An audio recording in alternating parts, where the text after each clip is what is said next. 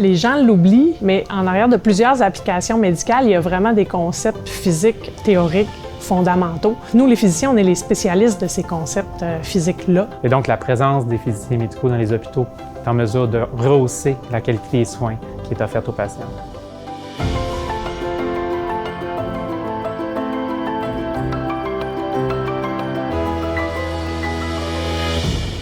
Je m'appelle Jonathan Boivin, je suis physicien médical en imagerie diagnostique et radioprotection au CHU de Québec, Université Laval. La radiation, on la sent pas, on la voit pas, on l'entend pas et le seul moyen de bien la mesurer, c'est à l'aide d'instruments très particuliers et de modèles mathématiques complexes. Et le physicien médical est le seul qui est en mesure de vraiment bien comprendre l'effet qu'elle a sur les corps. Le physicien, c'est celui qui va s'assurer que le patient reçoit la bonne dose de radiation dans le but de réduire les effets secondaires.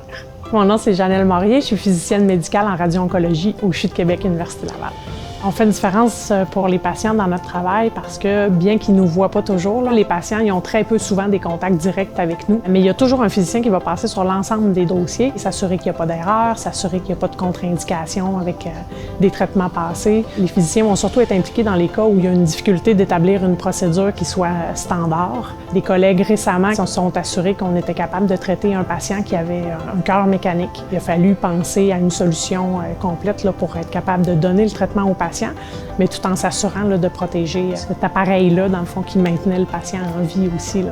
Un exemple de cas où notre présence a été essentielle, c'est une patiente qui a eu un accident de voiture, était enceinte aussi, elle a passé différents examens. Son équipe et elle avait des inquiétudes à savoir si elle était en mesure de pouvoir conserver son enfant en raison de toutes les radiations qu'il y a eu lors de ces examens-ci. Par notre présence, par des calculs, par l'évaluation, on a été en mesure d'en arriver à une démonstration que non, il n'y avait pas de danger au niveau de son enfant à naître, ce qui a rassuré beaucoup la patiente, mais également l'équipe de soins. On va établir un programme de contrôle de qualité sur les appareils et sur les logiciels qui permet de s'assurer que la précision des appareils demeure la même au fil du temps, que ce soit les lasers qu'on utilise en chirurgie, les accélérateurs linéaires avec lesquels on va faire des traitements de cancer, les rayons X pour faire de l'imagerie. Les physiciens sont beaucoup impliqués dans le déploiement de l'intelligence artificielle, entre autres, puis des outils d'automatisation informatique qui permettent de faciliter le travail de nos collègues technologues ou radio-oncologues.